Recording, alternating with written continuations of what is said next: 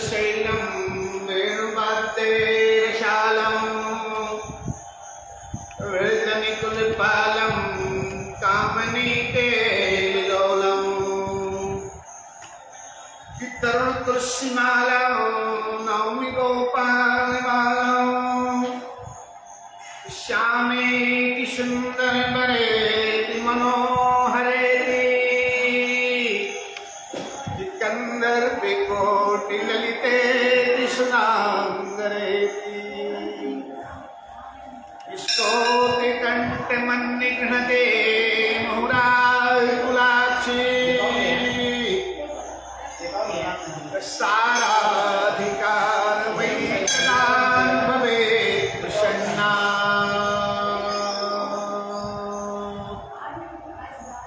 सज्जन सुमति श्रोता जनो दृढ़ धर्म पथ पर आइए छवि श्याम के सुंदर मनोहर हृदय मध्य बसाइए हो जाइए कटिबद्ध लेकर मैं कसौटी कर्म की एक बार बोल दो जय जय सनातन धर्म की। बोलिए सत्य सनातन धर्म की। बोलिए आनंद कंद भगवान की। आइए बंधुओं, परमेश्वर की प्यारी आत्माओं, और जहां तक भी इस लाइफ के द्वारा और जो भी यहाँ उपस्थित भक्त श्रद्धालु हैं, और जहां तक इस माइक की आवाज पहुंच रही है वहां तक सभी आवाज वृद्ध नर नारी भक्ति में देवियों माताओं पर एक शास्त्रीय सिद्धांत होता है कि सतम जहाए भोक्तव्यम सहस्य कार्यम स्नानम आचरे उल्लक्षम व्याय दातव्यम गोविंद त्यक्त्वा हरिं भजे।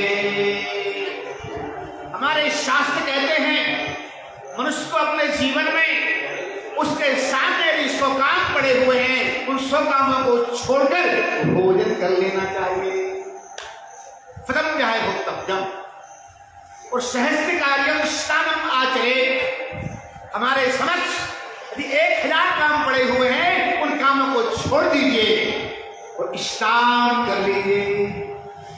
सतम जहाए भोक्तव्यम सहस्त्र कार्यम स्नानम आचरे उल्लक्षम व्याय दातव्यम और कोटि त्यक्त्वा हरिं भजे। हमारे समक्ष 1,00,000 काम पड़े हुए हैं, तो 1,00,000 काम छोड़कर कुछ दान करें। और दान की जहां तक बात है, जब तक द्रव्य वस्तु हमारे हाथ में है तभी तक हम उसको दान करने के अधिकारी होते हैं। जब द्रव्य या कोई वस्तु हमारे हाथ से अलग पटक चली जाती है तो हम उसको दान ही।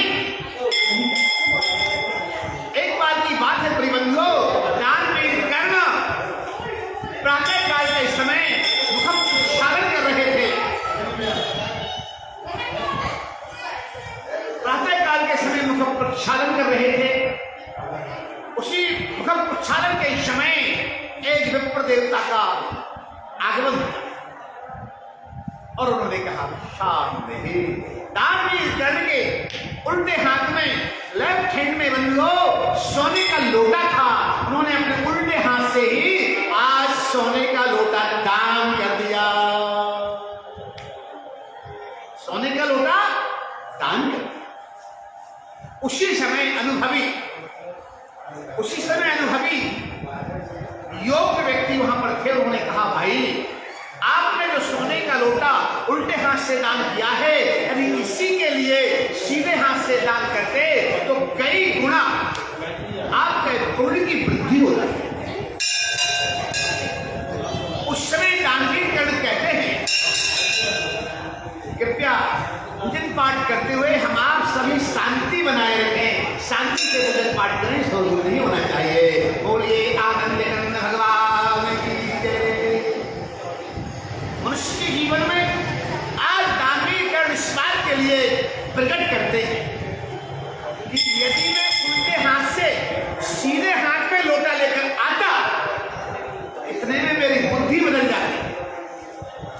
सोने का लोटा दान मत करो, चांदी का दान।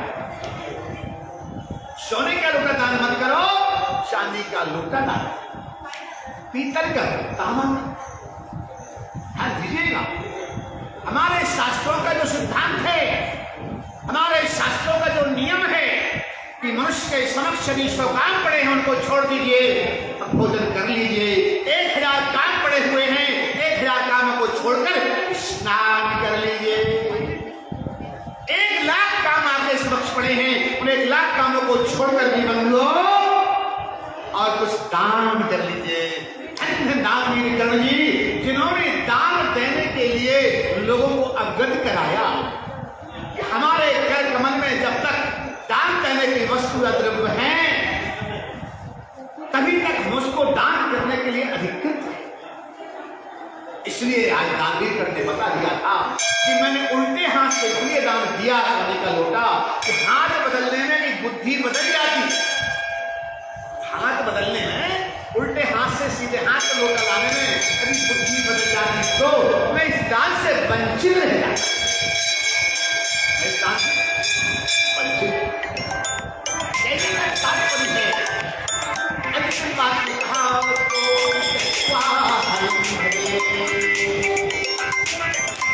मनुष्य के जीवन में 1 करोड़ काम पड़े हुए हैं, उन 1 करोड़ कामों की परवाह न करते हुए बंधुओं भगवान का भजन कर लेना चाहिए, भगवान का स्मरण कर लेना चाहिए, भगवत नामोच्चारण कर लेना चाहिए, क्योंकि ध्यान देना चाहिए कि शरीर का भोजन तो अन्न है, इस शरीर का भोजन अन्न है, लेकिन आत्मा का भोजन भगवत भजन है, भगवत स्मरण है, भगवत नामोच्चारण है।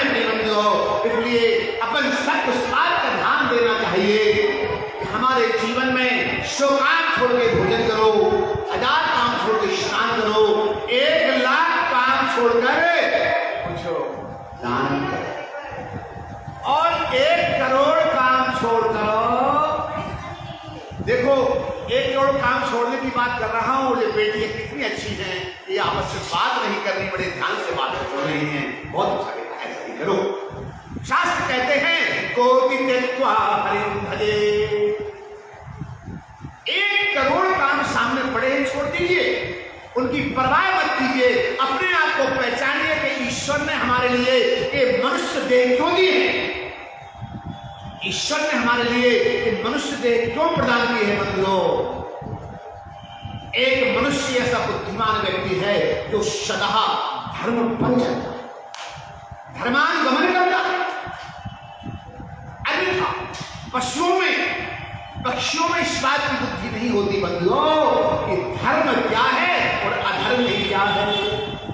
शास्त्र कहते हैं आहार मित्रा वे नहीं बच्चों, यदि मनुष्य भोजन करता है तो पशु भी भोजन करता है, यदि मनुष्य सोता है तो पशु भी सोता है। आहार मित्र है मैं बच्चों, यदि मनुष्य को भय डर लगता है तो पशु को भी लगता है।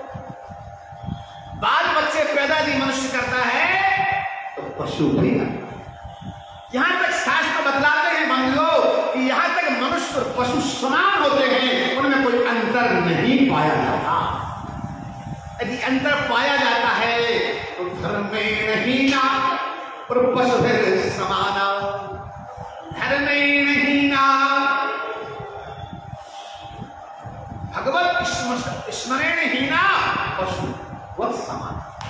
शास्त्र कहते हैं जिसके जीवन में धर्म नहीं है, जिसके जीवन में धर्म नहीं है, हजारों काम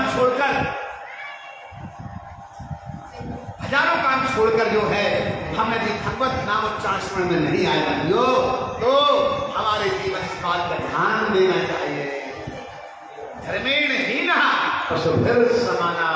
शास्त्र कहते हैं मनुष्य के जीवन में जब उसके जीवन में विवेक बुद्धि नहीं है कि धर्म क्या है अधर्म क्या है, धर्म अधर्म का जब ज्ञान उसको नहीं होता और अधर्म को छोड़कर धर्मानुगमन जब नहीं करता बंधुओं, तो शास्त्र कहते हैं ऐसा मनुष्य भी तो पशुवत माना जाता है, पशु के समान माना जाता है।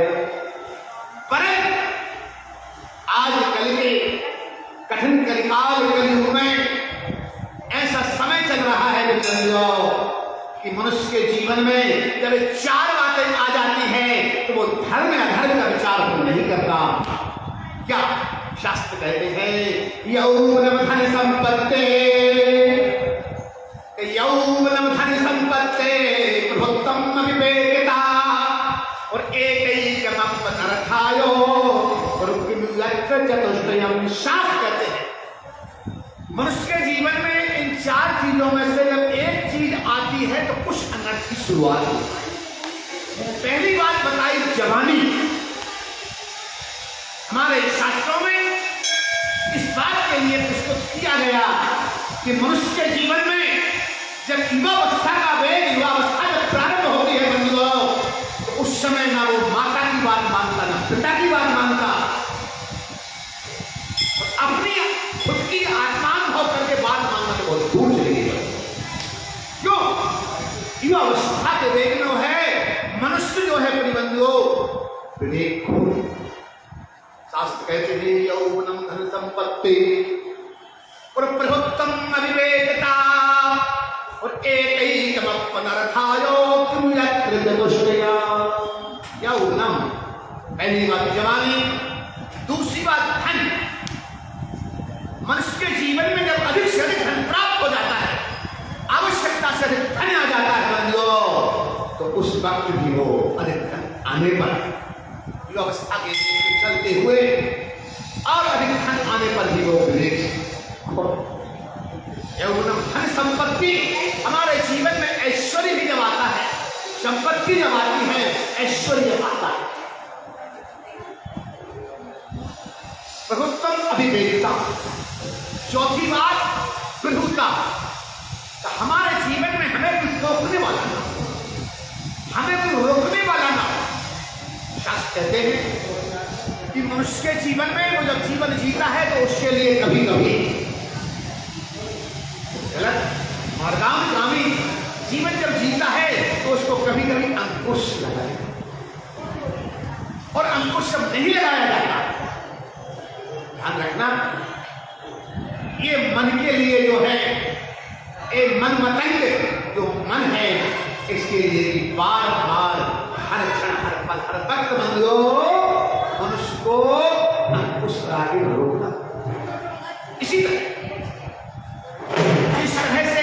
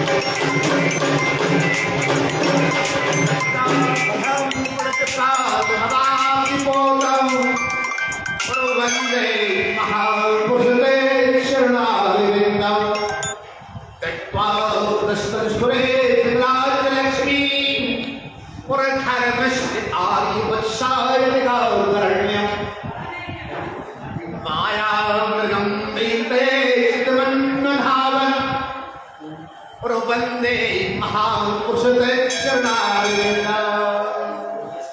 वंदे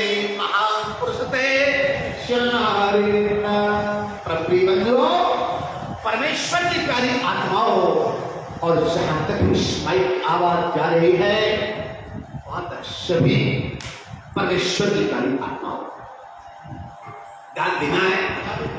हमें अपने जीवन में सदैव इस बात का ध्यान रखना है कि युवावस्था हो, धन हो और शांतमय बंधुओं हमारे लिए कोई रोकने वाला प्रभुता। यौवनम और संपत्ति जीवन में अधिक आ जाए, शारीरिक प्रभुता आ जाए, इन चीजों के बाद भी मनुष्य को सदा एक अपने मन का अंकुश लगाए रखना चाहिए। शास्त्र में कहा गया कि मनुष्य के जीवन में जब ये चारों चीजों में से एक चीज आती है, जब इन चारों में से एक चीज आ जाती है तो एक में सौ काम छोड़कर भोजन करना है, 1000 काम छोड़ के स्नान करना है, 1,00,000 काम छोड़ के दान करना है। इस बात को प्रस्तुत किया था संध्या की भूमिका में, इस बात के लिए समापन में, इस बात के लिए मैंने प्रस्तुत किया था पिछले सोमवार में प्रस्तुत किया था मैंने कि जो देव है वो तो अमृत पीता है, जो देव है वो अमृत पीता, और जो महादेव है वो हालाहाली। देव तो अमृत पीता है और महादेव को है हालाहाल विष पान कर जाते हैं, और जो पति देव होते हैं बंधुओं वो दोनों ही पान करते हैं, दोनों ही पान करता है, अमृत भी हालाहाल विष भी। क्यों? समझ लीजिए, मैं आपको बतला रहा हूं ना कि जवानी के वेग में, धन के मन में और ऐश्वर्य के साथ जब प्रभुता आ जाती है तो बंधुओं ऐसे बच्चे, आजकल के युवा बच्चे अपने माता पिता गुरुजन बड़े लोगों का सम्मान, आजकल तो ऐसा लगता है कई घरों में सूटे बूटे टपुटेट जो बच्चे होते हैं, कुछ पढ़ लिख किया जाते हैं बंधुओं, अपने माता पिता गुरुजनों बड़ों का सम्मान तो छोड़ दीजिए। कई जगह ऐसा देखने में आता है कि बच्चे अपनी माताओं से ऐसा व्यवहार करते हैं, अपने पिताजी लोगों से ऐसा व्यवहार करते हैं कि शायद वो उनके घर के नौकर हो, उनमें बोलने का भी शिष्टाचार नहीं है। मैंने अनेक बार बताया और स्मरण कराता हूं कि मनुष्य का जो स्वरूप है, मनुष्य की जो सुंदरता है, वो मनुष्य को कुछित नहीं आती, न उसका जो गुण है। अरे धर्मशील पर जाए सुहाए और सुख संपत्ति सबको नहीं बुलाए। आजकल की युवा पीढ़ी के लिए, आजकल की युवा पीढ़ी के लिए इस बात का ध्यान रखना चाहिए बच्चों, तो जवानी के मन से मदोन्मत्त हो जाते हैं। हमारे शास्त्र में तो यहां तक कह दिया गया है कि एक जो कुम्हार प्रजापति होता है ना, प्रजापति कुमार, उसके पास में ईंटों के या सामान लाए ले जाने के लिए गठिया,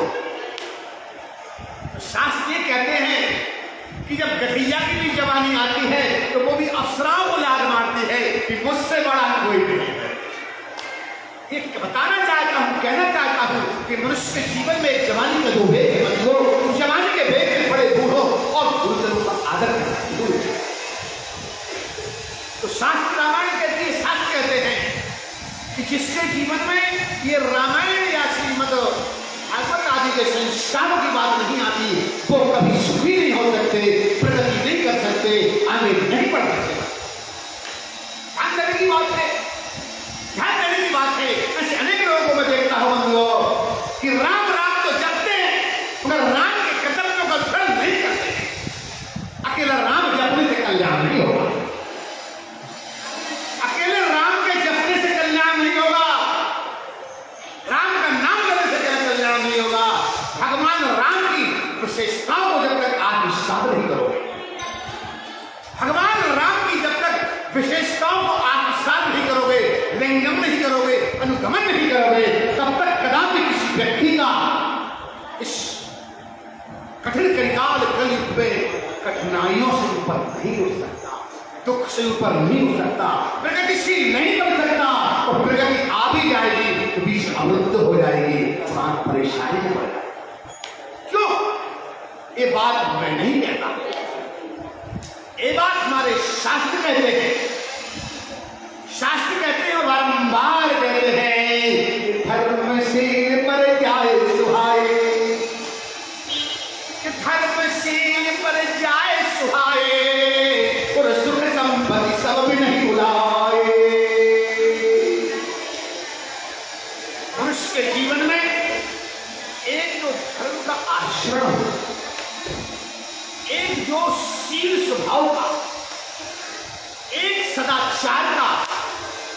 नम्रता का गुण होता है वो सदा उसको बहुत आगे ले जाता है।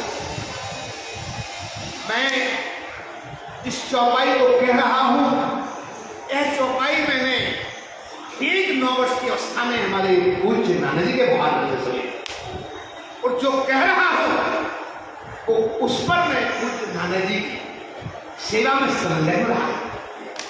क्यों? ये शिक्षा, ये संस्कार, ये ज्ञान हमें अपने गुरुजनों ने, महापुरुषों ने प्रदान की है कि जब तक आपके जीवन में धर्म नहीं, सदाचार नहीं है, शील स्वभाव नहीं है, आप सहज नहीं है, सरल नहीं है, सभी नम्र नहीं है, तब तक कभी भी आपके जीवन में आप आगे नहीं बढ़ सकते। और भी अच्छी बात बताता हूं, एक शास्त्रीय बात। आज के समय में अधिकांश लोग बहुत परेशान, अधिकांश लोग क्यों? इतना अधिक लोड ले लेते हैं, इतना टेंशन जीवन में ले लेते हैं कि जिसके कारण वो दुखी बने रहते हैं। शास्त्र कहते हैं कि बंधुओं, वास्तव में हमारे लिए जीवन में यदि सुखी हो तो सुखी होने का सबसे बड़ा सूत्र है सकारात्मक सोच, सकारात्मक नजरिया, सकारात्मक सोच जब जीवन में आई। अरे भाई, जब हमें इतनी शक्ति ही नहीं है कि हम अधिक लोग, तो पहले ही चिंतन मनन करके कम उठा और अभिलिया तो सुनिश्चित रूप से सोच अच्छी हो, विचार अच्छे होंगे, सोच हो, सही दृष्टि हो, सही सोच हो, सही दृष्टि हो, सही हो करने हमारा कि बदले जीवन धारा, कि बदले जीवन धारा। यदि टेंशन फ्री होना है, यदि हमारे लिए अंदर से भी हल्का होना है, अंदर से हमें हल्का होना है, स्मूथ कुशल रहने के रास्ते पर चलना है, सदा आनंद की ओर जाना है, तो हमारे लिए टेंशन फ्री। और टेंशन फ्री होंगे तो सकारात्मक सोच से होंगे, अच्छे विचारों से होंगे, अच्छे विचार, अच्छे भाव हमारे जीवन में अच्छा कराएंगे, जिससे हमारे जीवन में टेंशन। और सबसे बड़ी बात, लोग शास्त्र कहते हैं, शास्त्र कहते हैं अधिक लोड मत लो, अधिक लोड मत लो। मगर जो लोग अधिक लोड ले लेते हैं वो सुनिश्चित टेंशन आगे लोग हेडेक। हाँ, आजकल बड़ी घटना है, आजकल लोगों के लिए छोटी छोटी बात है, जरा जरा सी बातों में अपने घर परिवार में देखो कैसे हेडेक हो गए। अरे भाई, आश्चर्य का विषय है कि ये तुम्हारा जो मन है, बुद्धि है, चित्त विचार है, इनको आप नहीं संभाल सकते, अपने आप को नहीं संभाल सकते, तो दूसरों को क्या संभालोगे? वास्तव में सबसे पहले तो अपने आप को संभालने का प्रयास करें।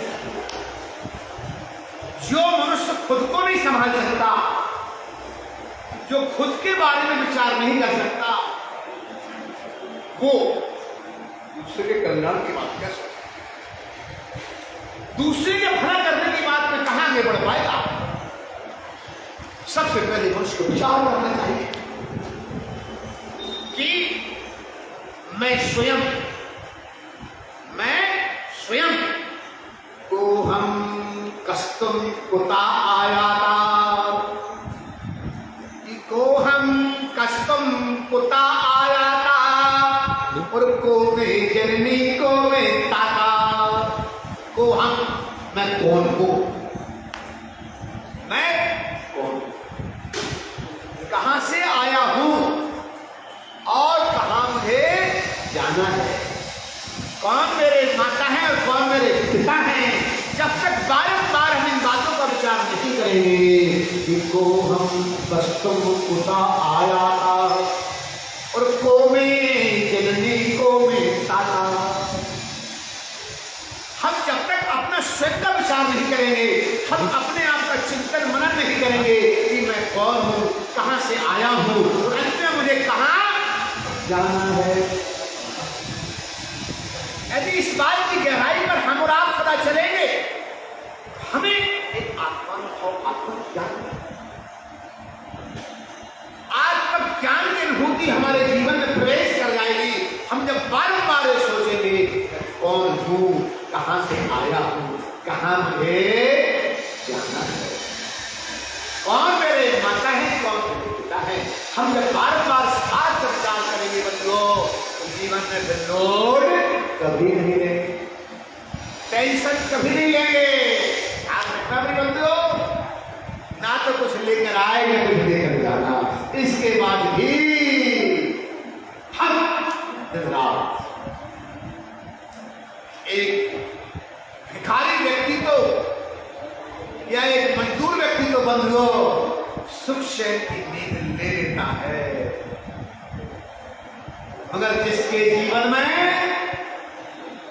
पैसा, रुपया, धन, ऐश्वर्य दिमाग में छा जाता और जब वो अपने धन को, ऐश्वर्य को बढ़ाने में लग जाता है, तब उसके जीवन में उसे कुछ नहीं दिखता।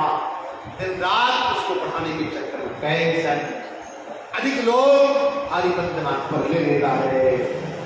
हाँ, ये बात जरूर है, जैसे मैं निदान की बात कर रहा था।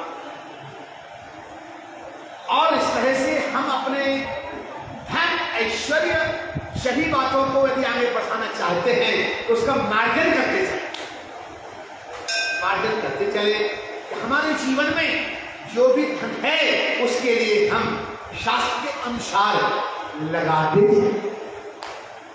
शास्त्र में कहा है कि मूल धन के अलावा आपको जो भी कमाई होती है, जो भी कमाई होती है, उस कमाई को 5 जगह बांट देना चाहिए।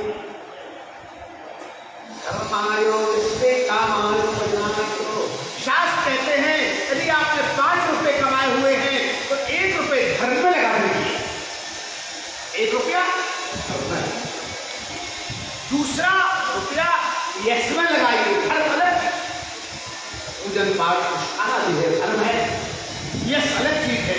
क्या भैया क्या हो, उसमें लगवाइए। यहाँ पर सबका कल्याण करने के लिए ये सब कल्याणार्थ प्याऊ का काम या सबके सहयोगार्थ जो कार्य किया जाता है तो सबका भला होता है, ऐसा जो काम हो यश में आए। पहला 1 रुपये घर में लगाओ, दूसरा यश में लगाओ, तीसरा स्वजन में अपने लगाओ, चौथा अपने खर्च में लगाओ और 5वां 1 रुपये, 5वां 1 रुपये बचाकर आवश्यकता पर खर्च करके। और हम आप सब मिलकर इन मार्गों पर चलते रहेंगे तो जीवन में लोड बढ़ेगा, टेंशन नहीं होगा। अच्छा लगता है यही अपना मंदिर श्री दयाराम तिवारी जी के समय शुभारंभ की स्थापना से लेकर देखा जाए तो आज एक दिव्य धाम के समान दिखाई देता है। इस आप समस्त भक्तों का समर्पण, सहयोग, सेवा और समर्पण सहयोग से जो इसके हाथ सब लगे रहे, बस किसी का फल कर लो।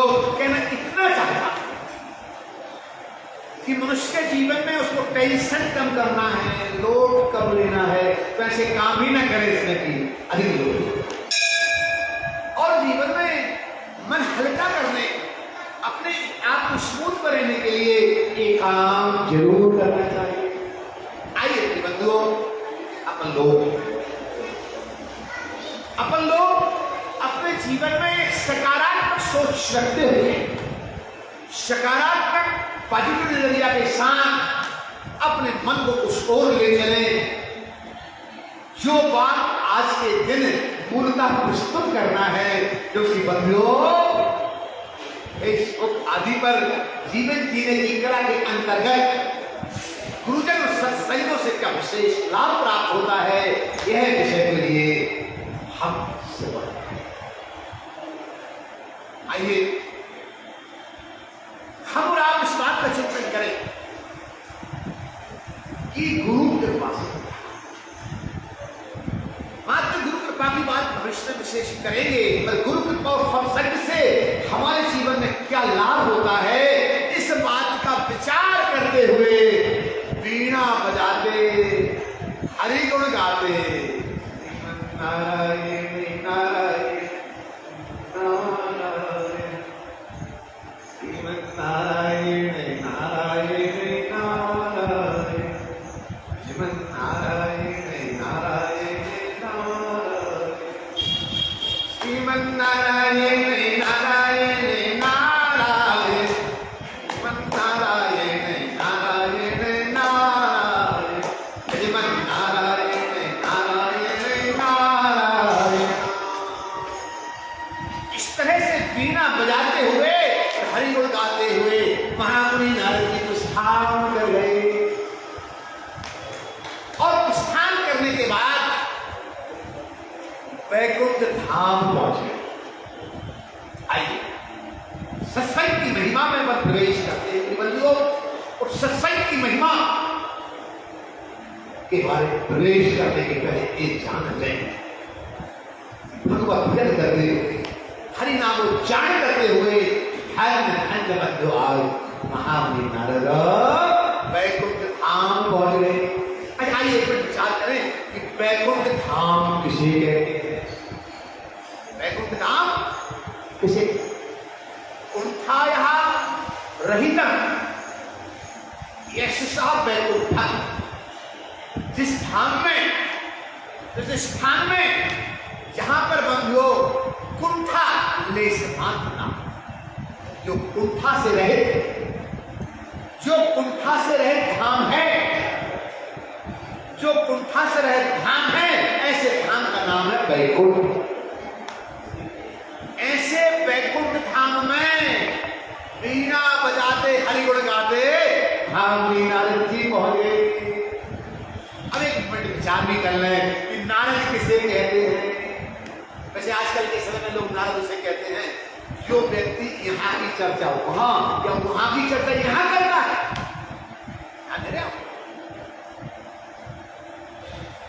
जो व्यक्ति यहाँ की चर्चा वहां और वहां की चर्चा यहाँ, इसका मतलब उल्टा पट्टी या चुगली करता ना, ऐसा शास्त्र ने कहा है, उसको नारद नारद उसे कहा जाता है शास्त्र के आधार पर। नारम ज्ञानम ददाति यशसः नारदा। नार शब्द जो है बंधुओं एक ज्ञान है। शास्त्रों में नार के लिए ज्ञान कहा। नारम ज्ञानम ददाति यशसः नारदा, कहा जो वीणा बजाते हरि गुण गाते हुए और सदा अपने ज्ञान के द्वारा, अपने भजन के द्वारा, अपने हरिस्मरण के द्वारा दुखी व्यक्तियों को सुखी बना। इनके हृदय में, अंतःसत्य में उनसित उठाए जो विषाद में आ गए,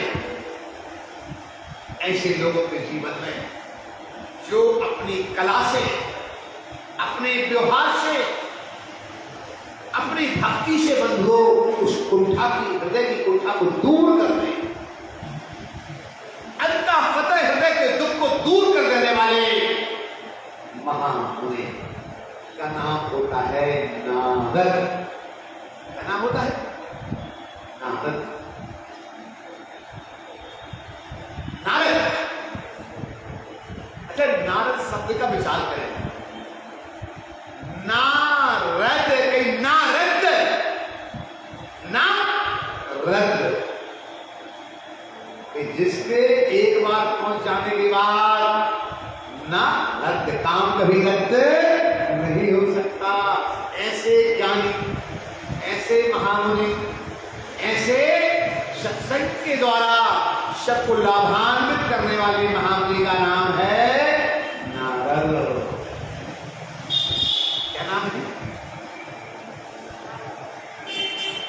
नारद आइए, ऐसे नारद जी ने आज बैकुंठ धाम पहुंचते हुए पुष्ट किया। भगवान नारायण से पुष्ट करते हैं, हे प्रभु, मनुष्य के जीवन में आप जैसे पूर्ण ब्रह्म परमात्मा का दर्शन करते हुए और सत्संग यदि किया जाए तो उसका लाभ होगा। सत्संग का लाभ, बड़ों के आशीर्वाद कृपा का फल क्या होगा? भगवान ने नारद जी से कहा, एक काम करो नारद, इस 7वें नरक में जाओ और वहां पर देखकर आओ क्या होगा। भगवान नारायण के कहने पर महामुनि नारद अपने घर में भी हम जाते, हरि उड़ जाते, चलते चलते हम पहुंच जाते हैं और पहुंचते ही बंधो सत्संग की धारा में आज जब देखते हैं तो एक कीड़ा तड़प रहा। शाम में नरक में जाकर जब महामुनि नारद ने देखा तो एक कीड़ा तड़प रहा है, ना तो वो जीवित है ना ही मृत्यु को प्राप्त है, बीच में ही कुंठित है, दुखी है और दुख से दुखी होकर कीड़ा तड़प रहा। नारद जी ने देखा तो नारद जी के देखते हुए वो कीड़ा मर गया। नारद जी लौटकर आए, प्रभु के चरणों में साष्टांग दंडवत किया।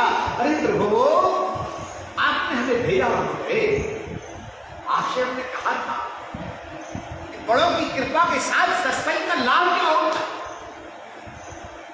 गुरु कृपा, सत्संग का लाभ क्या है? तो आपने वहां भेजा, मैं गया कोई बात नहीं। एक काम करो कि तुम जाओ अभी आनंद नाम के वन में चले जाओ और वहां पर एक वृक्ष, कहां चले जाओ? आनंद वन। आनंद वन कहां है? बोलिए आनंद भगवान की जय। चलिए 2 मिनट आनंद वन में प्रवेश करें, हम और आप भी अपने हृदय में आनंद को समाहित करें आगे की ओर। मैं एक अच्छी बात बताता हूं आपको। आप लोगों ने बहुत श्रवण किया है, जाना है, लेकिन मैं आपको समझा देता। अधिकांश लोग स्वप्नान की कथा सुनते हैं, सुनना चाहिए। कथा की शुरुआत होती है एकदा नई सारण्ये और ऋषिया 100 ने कहा गया नैमिषारण्य। एक समय नैमिषारण्य में, अब मैं ये पूछता हूं, आप जानते हैं नैमिषारण्य किसे कहते हैं? नहीं, अभी बताओ, बहुत पहली बात। जब तक आप नहीं बताओ तो मैं समझना कैसे? कथा तो हम सुनने बैठ गए, हाँ, अभी बाद में मुझे व्याख्या करूंगा, कथा की अपनी जगह है। मैं एक संकेत दे रहा हूं कि हमें श्रवण कर रहे हैं एक नैमिषारण्य, इस श्लोक से शुरुआत, परंतु ध्यान ये नहीं देते हैं। एक का शब्द का अर्थ है एक बार का हुआ, कैसा हुआ? नैमिषारण्य क्षेत्र में, नैमिषारण्य क्षेत्र में, नैमिषारण्य से कहते हैं कि भगवान नारायण के पास जब उनके भक्त, बहुत से संत, भगवत भक्त महापुरुष, सभी धर्मानुगामी लोग जब पहुंचते हैं, नमन वंदन करते हैं, प्रभु ऐसी कृपा का ऐसा स्थान हमको बताओ, ऐसे विशिष्ट जगह हमको बताओ कि जिस जगह पर हम जाकर बैठे और भगवान का भजन करें और मन लग जाए। जानते ना, अपन लोग मंदिर में आकर तो प्रभु की आराधना, या जहां पर हमारा स्थान है, अधिक प्रभु की आराधना करते हैं, उस स्थान पर बैठकर आराधना ही क्यों करते? इसलिए कहते हैं कि जो स्थान परम पवित्रता के साथ साधना युक्त होगा प्रार्थना करने में, भजन करने में, उनका नाम लेने में मन स्थिर होगा, मन में शांति आएगी। और जिस स्थान पर कभी चोर बैठा हो, जिस स्थान पर अधर्मी व्यक्ति बैठा हो, जिस स्थान पर सदा क्रोध करने वाला, दूसरों के प्रति ईर्ष्या रागत द्वेष में पड़ा रहने वाला व्यक्ति बैठा हो, तो ऐसी बैठने के तुरंत बाद हमारी वृत्ति वैसी ही बन जाएगी, हमारा सोच वैसा ही बन जाएगा।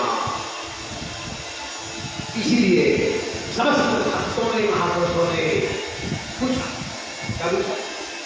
फिर वो ऐसा स्थान पर, जिस स्थान पर हम बैठकर भजन और मन में शांति प्राप्त हो सके, ये बड़ी दुर्लभ चीज है, ध्यान दीजिएगा।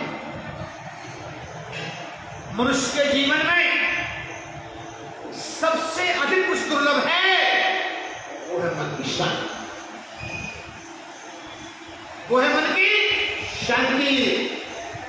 आपके लिए, आप अपने बच्चों के लिए ऐश्वर्यवान बना देंगे, धनवान बना देंगे, बंगलों का मालिक बना देंगे, बंधुओं, ठीक है।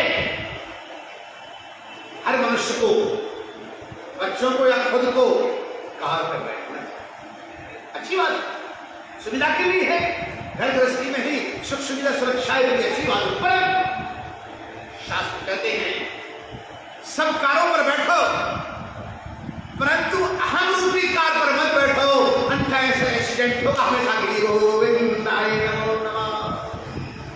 सभी कारों पर बैठना ठीक है, लेकिन अहम रूपी कार पर जो बैठता है उसमें ऐसा एक्सीडेंट होता है, सदा के लिए उसका अहम समाप्त हो जाता है। उसकी विशेष व्याख्या समय आने पर करूंगा, अभी तो इतना ही बताना कि हर स्थान पर बैठकर हम यदि भगवान का भजन करें तो वहां मन नहीं,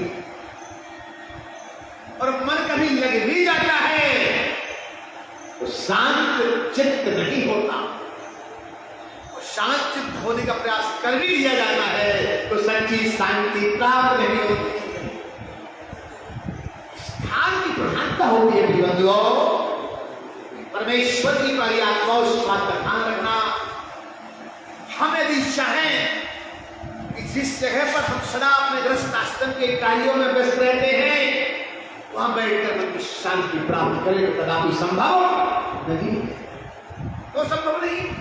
एक बात अच्छी बताना चाहूंगा कि जो भक्त, जो गृहस्थ यदि अपने घर में भी पूजन पाठ, उन सबको अपनी आसन एक और अलग अलग रखना चाहिए, अपने आसन पर दूसरे को नहीं बैठने देना चाहिए। यदि जीवन में आप सच्ची शांति के मालिक बनना चाहते हैं तो यहां शुरुआत करना चाहिए बंधुओं, हमारे लिए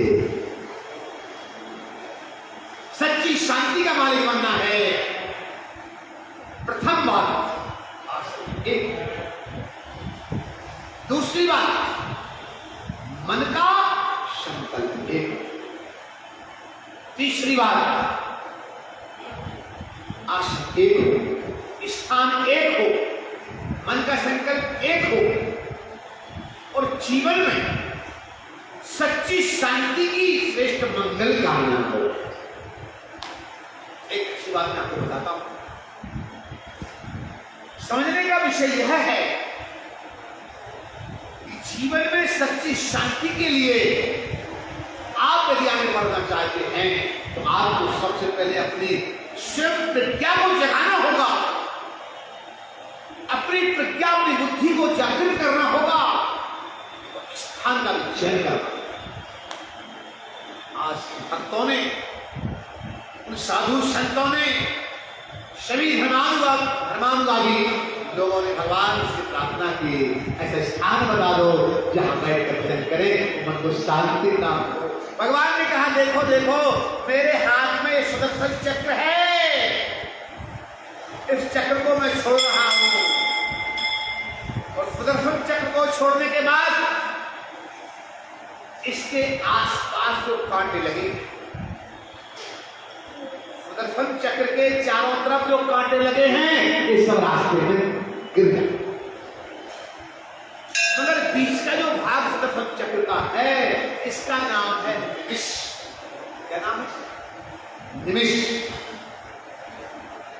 सुदर्शन चक्र के चारों तरफ कांटे जो हैं जिससे चक्र चलता है, उनके जो बीच के भाग का नाम होता है उसको कहते हैं निमिष।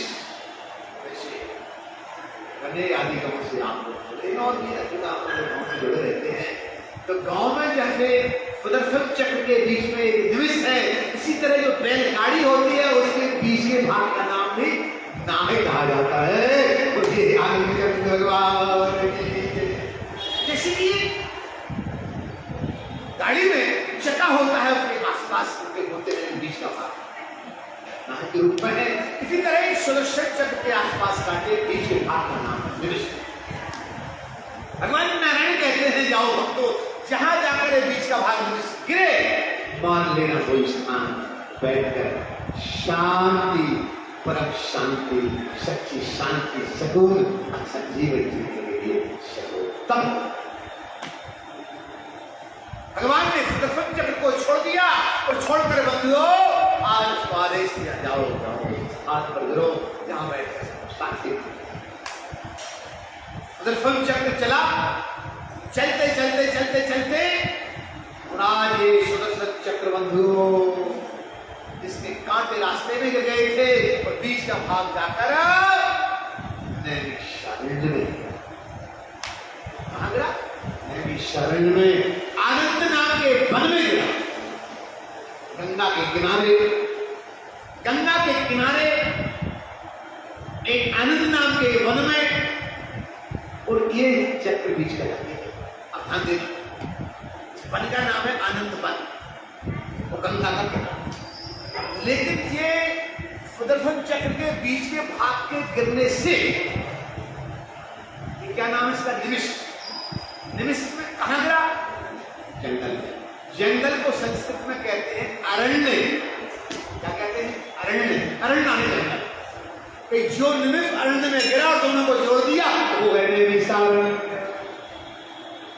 समझ लीजिए, मैं आपको बताना चाहता हूं कि कथा सुनिए, कथा की सार की बात बाद में करेंगे। आज शुरू के एक श्लोक के पर विचार करें कि भगवान के द्वारा छोड़ा गया सुदर्शन चक्र से बीच का जो सुदर्शन चक्र का भाग निमिष जहां गिरा, तो जिस जंगल में गिरा वो जंगल का नाम है अरण्य। संस्कृत में कहा जाता है जंगल को। तो भाई निमिष अरण्य मिल गया, दोनों को बुला दिया, नाम पड़ गया नैमिषारण्य। ऐसे नैमिषारण्य में आनंद नाम के वन में सबको संतों ने, महापुरुषों ने, सभी धर्मानुगामी लोगों ने वहां बैठकर मन की शांति के लिए भगवत आराधना। मुझे तो लगता है, ऐसा मैं अनुभव करता हूं, ऐसा बारंबार विचार करके अनुभव करता हूं, अपना है पंचमुखी हनुमान धाम। पंचमुखी सभी देवताओं का अपना श्रेष्ठ शिवधाम हनुमान धाम जो है कोई नैमिषारण्य से कम नहीं है, कोई नैमिषारण्य से कम नहीं है। बंधुओं, हम यदि यहां पर भी बैठकर चित्त को शांत करके और एकाग्र चित्त के द्वारा मन की स्थिरता बनाकर अपने जीवन की सच्ची शांति में प्रवेश करना चाहेंगे तो सुनिश्चित रूप से हमें यहाँ या अपने घर में, हमारे घर में क्या होता है,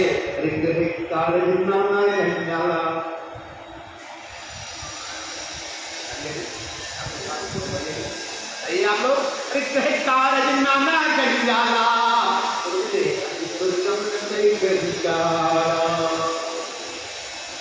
हमारी गृहस्थ आश्रम में बैठकर भी इस तरह से शांति की मंगल कामना कर संभव नहीं हो पाती बंधुओं, क्योंकि गृहस्थ आश्रम जो है एक मनुष्य के जीवन में समन्वयता का आश्रम,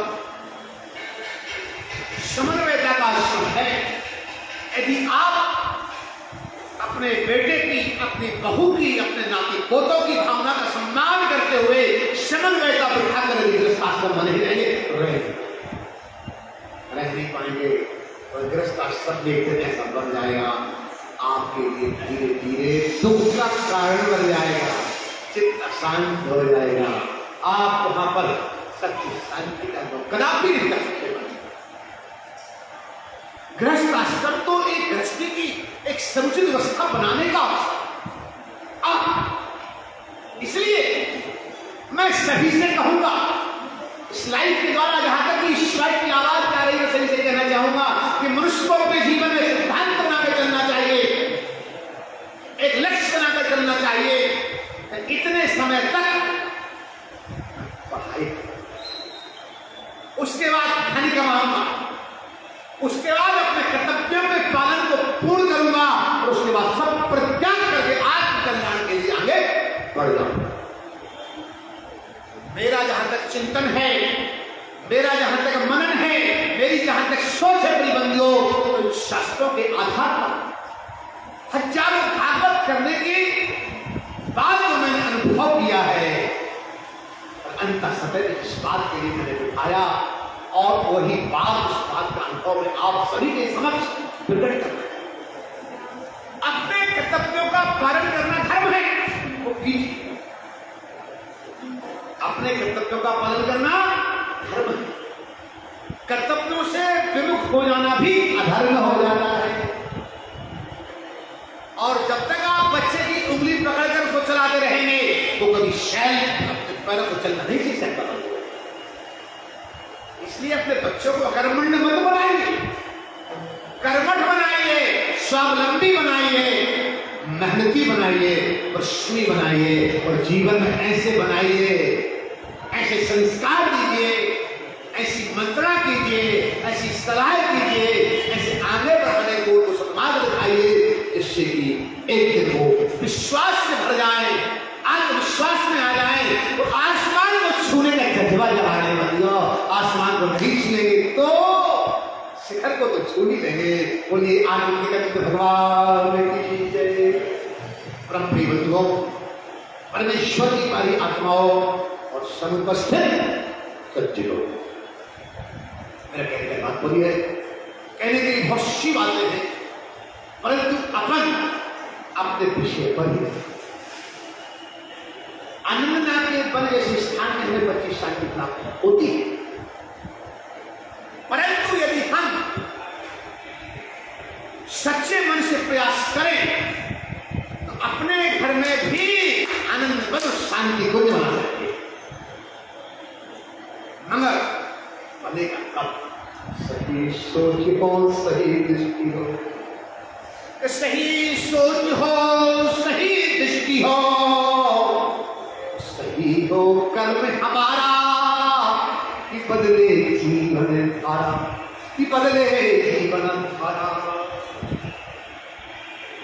जब मनुष्य के जीवन में सही सोच होती, सही दृष्टि होती है और जब सही कर्म होता है, एक समय आता है कि जीवन की धारा बदल जाती है।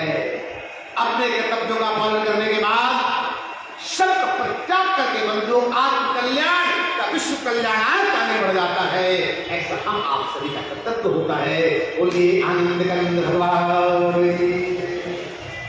ध्यान देना भी बंधुओं, मैं आपको बता रहा था गुरुकुल का सत्संग का फल है।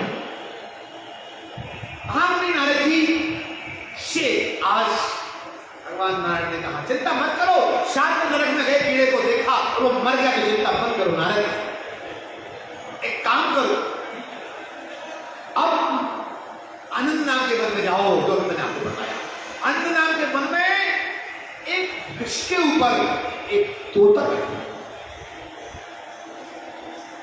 है और जाकर उस तोता को जरा एक दृष्टि से देखो, सिर्फ अधिक नहीं 30 सेकंड में उसको देखना और फिर हमको आगे बताना क्या सकते। अरे जी चलते हैं। चलने के बाद आज नारद आनंद नाम के बता पहुंच जाए, उसने भी शरण्य क्षेत्र में पहुंच जाते हैं जहां आनंद नाम का पहुंचने के बाद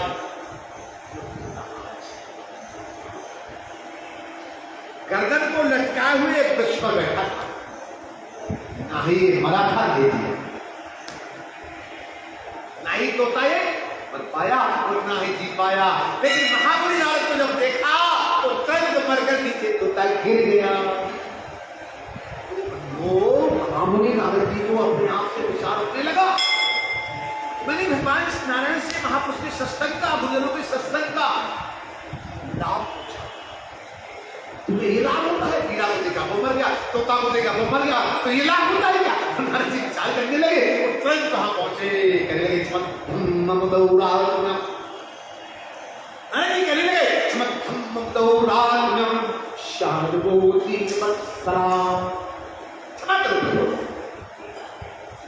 हे भगवान क्षमा करो कि क्यों क्या बात? हमें ऐसी जगह मत बुलाओ कि हमारे चित्त में भाव उठ रहा है कि कीड़ा को या तोता को देखने से वो मर रहे हैं, मतलब सत्संग का हिला। यदि आज्ञा का पालन करो तुम सत्संग लाभ की बात को समझ लोगे। सत्संग लाभ की बात को समझ लोगे। आज्ञा दे प्रभु, आज्ञा दीजिए, आज्ञा दे दीजिए। आज नारायण ने कहा जाओ जाओ नारायण,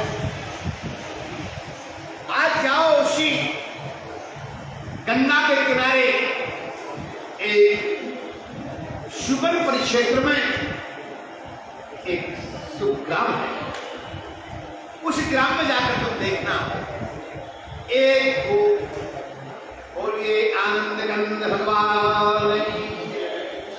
हे नारद, उस सुग्राम में जाकर तुम देखना कि जो वन है उस वन में एक हिरण,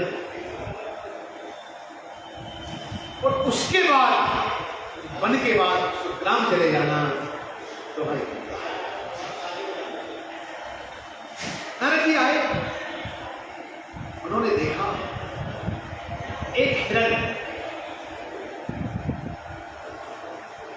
गर्भवती महिला थी, इसकी बच्चा हुआ, और नारद जी पहुंचकर इसको देखते हैं और देखते ही इसका प्राणांत हो गया। बड़े प्रभु के आदेशानुसार मैं जहां जहां जा रहा हूं तो ये हो रहा है। अब तो बड़े व्याकुल, इनका मन बड़ा अशांत है। अशांत मन में, मन की व्याकुलता में महामुनि नारद जी बंधो भगवान के पास आ गए। राम की अरे नारद आए, अरे क्या मेरा मन तो अशांत हो गया, क्यों हो गया? अरे वहां गया तो एक गोदे का अरे मैंने कहा था ना उसी वन के समीपस्थ एक सुग्राम में हम चले जाना।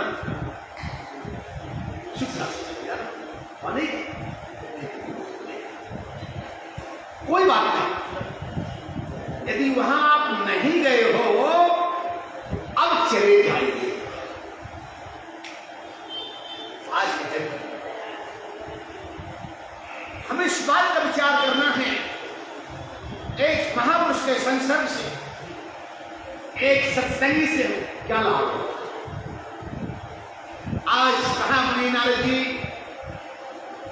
भगवत स्मरण करते हुए राम राघव राम राघव राम राघव लक्ष्मण ये काम करते हैं। दो चार बार बोल दे, क्यों? दो चार बार राम राघव राम राघव राम राघव लक्ष्मण।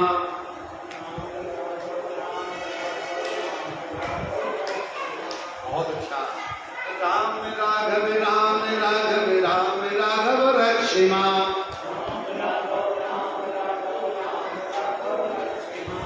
राम राघव राम राघव राम राघव लक्ष्मण।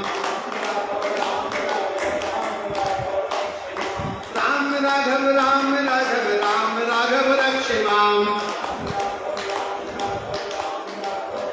राम कृष्ण कृष्ण केशव कृष्ण केशव कृष्ण केशव पाहि मां। राम कृष्ण केशव कृष्ण केशव कृष्ण केशव पाहि मां। राम कृष्ण केशव कृष्ण केशव कृष्ण केशव पाहि मां। पाहि मां। राम राघव राम राघव राम राघव लक्ष्मण। कृष्ण केशव कृष्ण केसर कृष्ण केसर पाईवा। बहुत अच्छा लगा। आइए कुछ दिनों बाद अपन ऐसे भजन और भी श्रेष्ठ भजन शीघ्र संगीत में शुरू करने जा रहे हैं। उसके लिए थोड़े से समय की आवश्यकता है। कुछ समय बाद क्यों कारण बताना। सच्चाई यह है कि मैं पहले संगीत का जानकार नहीं था, अभी भी नहीं हूं, लेकिन शीघ्र समय में संगीत शुरू कर रहा हूं। सीख रहा हूं, जल्दी सीख जाऊंगा और बहुत जल्दी संगीत को सीखकर हम आप मिलकर बड़े मस्ती के साथ, आनंद के साथ ऐसे संगीत नहीं क्या उन भजनों को करेंगे जो भजन हमारे लिए आनंद में डुबोते रहेंगे। और ये आनंद कंद भगवान ऐसे भजनों में ऐसे शांति की ओर अपन सदा डूबे रहेंगे बंधुओं। जो भजन जो हमारा संसार सागर की ओर बहता है, ऐसे संसार सागर की ओर बहने वाले मन को चरणों में स्थिर करने वाले भजन हमको जीवन में समग्र जीवन का जीवन दान करने वाले भजन संकीर्तन भगवत स्मरण में हम आप शीघ्र प्रवेश करेंगे, संगीत के माध्यम से करेंगे बंधुओं। बस कुछ समय इंतजार करना होगा। बोलिए आनंद इस तरह वीणा बजाते हरि गुण गाते बंधुओं आज के दिन और महामुनि नारद जी सुग्राम पहुंच गए। और जब सुग्राम में पहुंचते हैं तो वहां देखा एक गो माता ने बछड़े को जन्म दिया। गो माता ने बछड़े को, और इनके देखते ही वो बछड़ा गोविंदाय बछड़ा ही नहीं। अब तो नारद दुखी मन से अशांत चित्त के द्वारा भगवान के पास आए, प्रभु अब मैं कहीं नहीं जाऊं। क्यों? आपने जहां जहां भेजा, जहां जहां भेजा वहां वहां गया, लेकिन हृदय में महान दुख समाहित हो गया। क्या दुख समाहित हो गया कि अब मैं यही समझ रहा हूं आपकी कृपा, आपका आशीर्वाद, सत्संग का ही लाभ होता है। मेरे भजन करते हुए जाने का, भजन का लाभ देने का यही लाभ होता है। कीड़ा के पास गया तो कीड़ा मर गया, तोता के पास गया तो तोता मर गया, हिरण के पास गया हिरण का बच्चा मर गया, गो माता के पास गया तो उसका बछड़ा भी मर गया। अब तो प्रभु मैं किसी स्थान पर जाने की मनस्थिति नहीं रखता हूं। आप कृपा करो प्रभु, मेरे सत्संग का लाभ बताओ। गुरु कृपा के द्वारा जो सत्संग का लाभ है उसके बारे में बताओ। एक काम करो नारद, मेरी आखिरी बात हो नारद, आप हो मेरी आखिरी बात को मान लो। निश्चित रूप से ये आखिरी बात जो है नारद आपको अपने पुस्तक उत्तर प्रदान कर दे। आज्ञा नहीं जरूर आज्ञा। नारद जी को बोला जाओ उसी सुग्राम में जो वहां के राजा है, उन्हीं राजा के यहां पर एक राजकुमार का जन्म हुआ है। जरा राजकुमार को देखा, आशीर्वाद दिया, वीणा बजाते हरि गुण गाते। क्या वीणा बजाते हरि गुण गाते महामुनि नारद जी वहां पहुंच गए। एक बात मैं आपको बताता हूं, कभी कभी मनुष्य के जीवन में शास्त्र कहते हैं आचारा तुम आख्यादि इसमें आख्यादिलोचनम। आचार विचार से, व्यक्ति के व्यवहार से, आचार विचार व्यवहार से व्यक्ति के गुण का पता लगता है। व्यक्ति के जीवन जीने की कला का पता लग जाता है कि इसके जीवन जीने का ढंग क्या है, तरीका क्या है। एक कैसे कुल खानदान स्थान से व्यक्ति है उसके जीवन जीने की शैली से पता लग जाता है। आगे बताया नेत्रों को देखकर बच्चों सामने वाले का स्नेह का पता चलता है। आपको पूछना नहीं है सामने वाले व्यक्ति से आप आपको आपसे अलग अलग पूछना थोड़ी है कि आपका इस मूल मंत्र के प्रति हमारे प्रति क्या प्रेम है। बोलो आपके नेत्रों को देख, आप हमारे नेत्रों को देखकर मतलब स्नेह का पता लगा लेते हैं, प्रेम प्यार स्नेह का पता लगा लेते हैं। यही शास्त्र कहते हैं बंदो, हम आप एक मनुष्य सामान्य व्यक्ति नेत्र देखकर स्नेह का पता लगाता है, अब तो बात महापुरुष महामुनि नारद की कर रहे हैं। धन्य धन्य महामुनि नारद आज राजा के राजकुमार के पास पहुंच गए। नेत्रों ही नेत्रों में मत लो, राजा ने स्वागत किया कि आपके बालक राजकुमार को आशीर्वाद दे रहे हैं। तुरंत आज बालक के लिए आशीर्वाद ध्यान देना। मनुष्य के जीवन में अनेक संस्कारों के अंतर्गत गर्भाधान संस्कार के बाद जो भी जातक जन्म लेता है उस समय बंधो कोई स्वर्ण संस्कार नामकरण संस्कार आदि की परंपरा उस समय महापुरुषों से आशीर्वाद दिलाना, विद्वानों से आशीर्वाद दिलाना, भगवत भक्तों की कृपा प्राप्त कराना, ये बड़े सौभाग्य की बात। राजा प्रसन्न हो गए, वाह अरे आपकी नारद जी का आगमन, आइए आइए नारद जी दयाल। राजा खड़ा हो गया, खड़े पर सम्मान करने लगा, आइए आइए नारद दयाल, आसन यह अलंकृत कीजिए, बहुत दिन बीत आए थे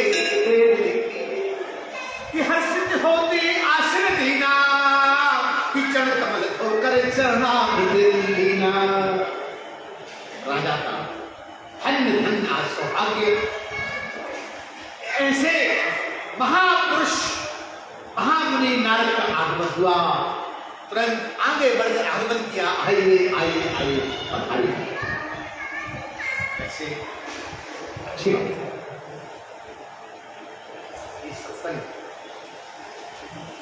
ये सत्संग कोई घेरा नहीं, आपका भी मगर अपन सबका है।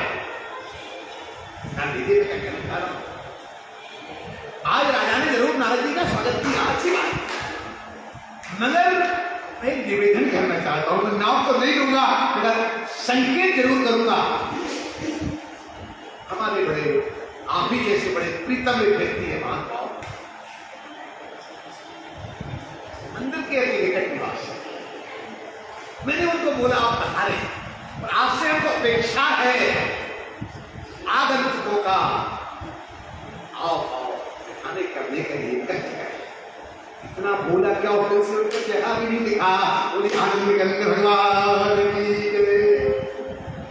मैं नाम किसी का नहीं लेना चाहूंगा क्योंकि का बालक शिष्य है, शिष्य परंपरा से जुड़ा है, तो मैंने कहा ऐसा व्यक्ति शायद ध्यान दे सकते, परंतु मैंने देखा तो से शायद वो 300 मार्क निकल गए होंगे, अभी तक वो दिव्य स्वरूप अदृश्य है, हो सकता है कभी दृश्यमान हो जाए। मैं आप लोगों से ये कहना चाहूंगा, आप सबसे हाथ जोड़ के सभी नम्र निवेदन करना चाहूंगा, ये सत्संग मेरा नहीं है, ना व्यक्तिगत आपका है, अपन सबका है। तो सबके आत्म कल्याणार्थ, सबको जीवन जीने की कला सिखाने के हेतु हम आप सबको इस जीवन जीने के साथ साथ कैसे हम अपने आप को पहचाने, कैसे मनुष्य तन को सफल करें, क्योंकि पशु पक्षी में ही पता रहा था ज्ञान नहीं होता, क्या धर्म क्या हम आप में होता है, तो उस ज्ञान को हम एक प्रज्ञा को जगा कर और अपनी ओर स्वयं का विचार करने में संलग्न हो जाए।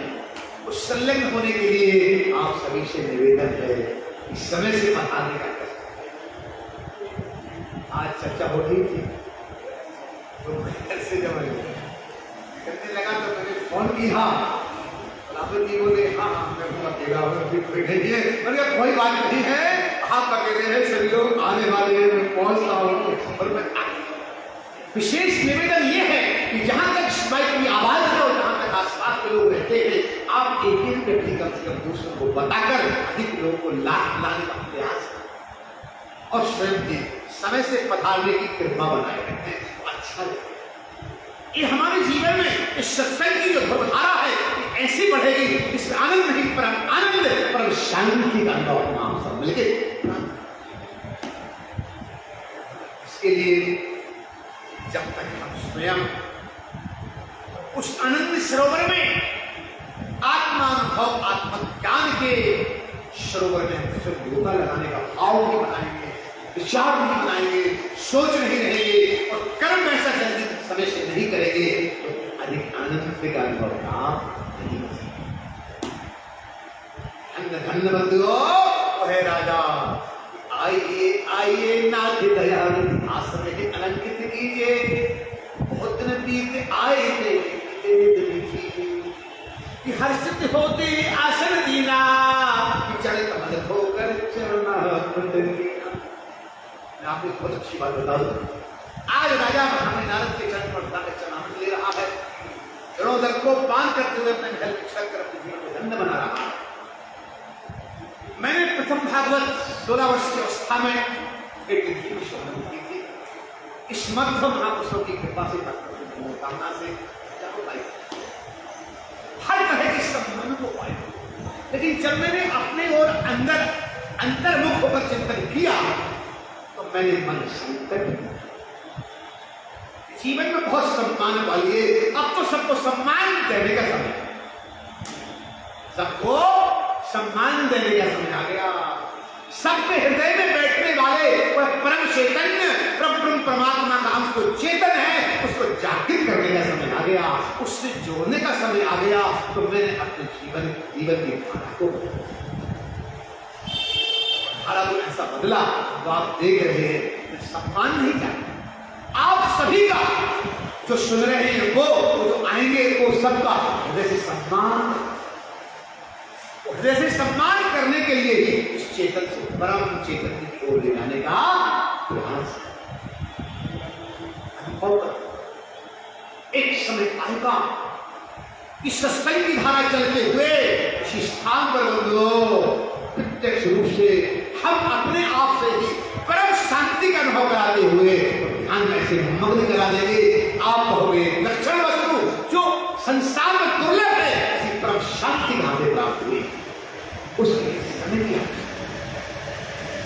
तो हमारे सत्संग की शुरुआत,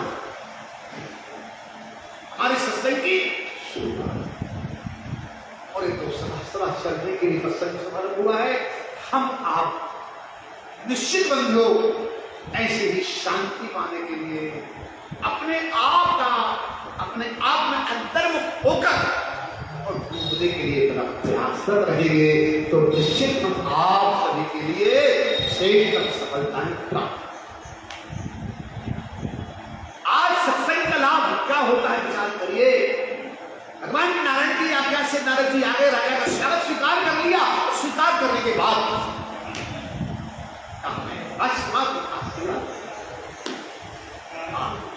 अहो भाग्यम, अहो भाग्यम, धन्य मेरा भाग्य, धन्य मेरा भाग्य। आज हमारे बालक को आसमान को आशीर्वाद करने के लिए वैकुंठ धाम से, वैकुंठ धाम के पूर्ण ब्रह्म परमात्मा के कृपा पात्र और सत्संग और प्रिय सबको सुखी बनाने वाले, सबके रद्द होने वाले काम को बनाने वाले महामनी नारद, सबका कल्याण करने वाले आज आप पधारे। हमारे इस राजकुमार का कल्याण कीजिए, आशीर्वाद दीजिए। अगम राम आइए पधारिए। परंतु बंधु ऐसा नहीं हुआ। आज राजा महामनी नारद को राजकुमार पास ले गए, ले जाकर बिठा दिया। आप आशीर्वाद दीजिए, नहीं आया हो ऐसा कहते ही राजा रानियों को रखवास में स्वागतार्थ बताने गया। राजकुमार जी वार्तालाप राजकुमार प्रणाम करते हुए बोलता है, ओ ही कीड़ा हो जिस कीड़े ने आपने मुझे देखा था, आपके दर्शन का, आप सत्संग प्रिय व्यक्ति के दर्शन का वो लाभ हुआ था कि मैं कीड़ा की योनि छोड़कर, कीड़ा की योनि छोड़कर तोते के रूप आपकी कृपा से तोते की योनि को छोड़कर हिरण के, आपके दर्शन आपकी कृपा से हिरण की योनि छोड़कर गाय के, आपकी कृपा से, आपके सत्संग से, आपके दर्शन समागम से, और मैंने उस बछड़े की योनि को छोड़ा। प्रभु मैं ही आज राजा के यहाँ राजकुमार बन के आ गया, ये महापुरुषों के सत्संग का लाभ है। आइए बंधुओं, यह विषय बड़ा गहन, कभी अवसर आने पर मात्र गुरु के ऊपर भी चर्चा, मात्र सत्संग के ऊपर भी चर्चा होगी और समय ऐसा लगेगा। उस समय अनुसार हम सभी मिलकर बड़े प्रेम प्यार के द्वारा और गुरु कृपा, महापुरुष की कृपा और पुरुष सबके द्वारा सत्संग से क्या लाभ प्राप्त कर सकते हैं, इन सबकी गहराइयों में अधिक से अधिक डूबने का प्रयास करेंगे। हम आपको इस बात का बारंबार विचार करना चाहिए। महापुरुष की कृपा और सत्संग का गुलाम होता है कि एक कीड़ा सदगति पाकर बंधु तोता बन जाता है, और तोता सदगति पाकर बंधु हिरण बन जाता है, हिरण सदगति पाकर बंधु बछड़ा बन जाता है, बछड़ा सदगति पाकर एक राजा का राजकुमार। ये है सत्संग की महिमा, ये सत्संग की महिमा है। इसलिए कभी भी किसी भी व्यक्ति को इस बात पर विचार नहीं करना चाहिए कि हम, एक अच्छी बात बताओ, इस संसार सागर में अधिकांश लोग एक दूसरे की अच्छाई बुराई को देखते हैं, एक दूसरे की अच्छाई बुराई देखते नहीं है, उसमें लग जाते हैं, उसका परिणाम नहीं आगे नहीं बढ़ पाता। हमारे शास्त्र कहते हैं यदि आप ख्यातल पर आए, बुद्धिजीवी मनुष्य है, तो हमें दूसरे को नहीं देखना, हमको पड़ोसी को नहीं देखना, हमें दूसरों को नहीं देखना, हमें कॉलोनी वालों को नहीं देखना,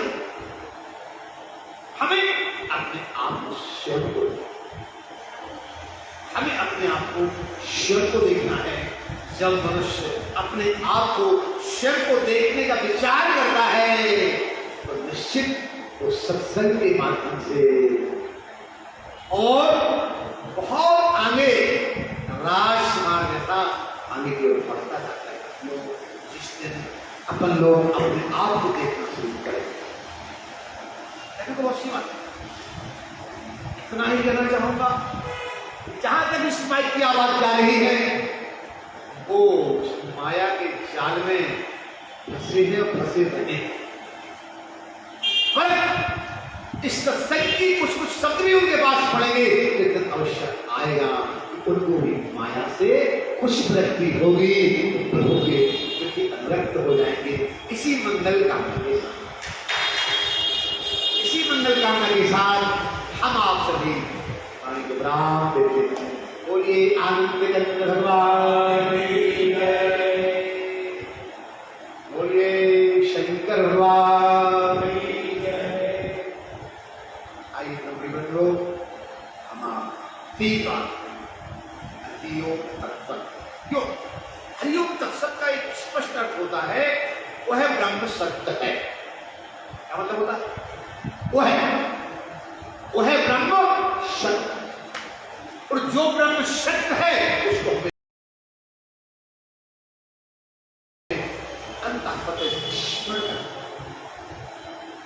एक सत्य ब्रह्म, असत्य संसार से बड़ी विडंबना है साहब। जो संसार हमारा असत्य है, असत्य संसार को हमने सत्य मान लिया, जो प्रभु सत्य है वो सत्य प्रभु को असत्य मान लिया, ये हमारे जीवन में दुख का कारण है। कोई बात नहीं, हम हमेशा यदि ये 3 बार उच्चारण करते रहेंगे, एक दिन हमारे जीवन को धारा बदलेगी, तो हम सत्य ईश्वर को शब्द मानने में आगे बढ़ सकते हैं। इसलिए हम आप सभी 3 बार प्रेम से हरि ओम तत्सत, हरि ओम तत्सत, हरि ओम तत्सत, हरि ओम तत्सत, हरि ओम तत्सत।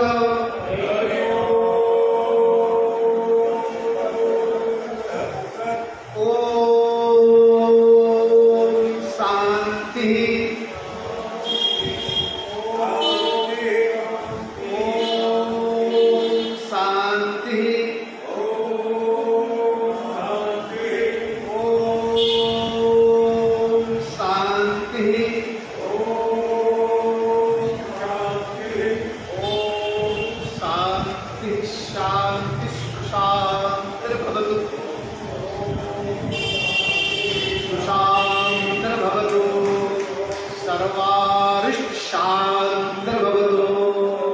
श्री कृष्णार्पणमस्तु।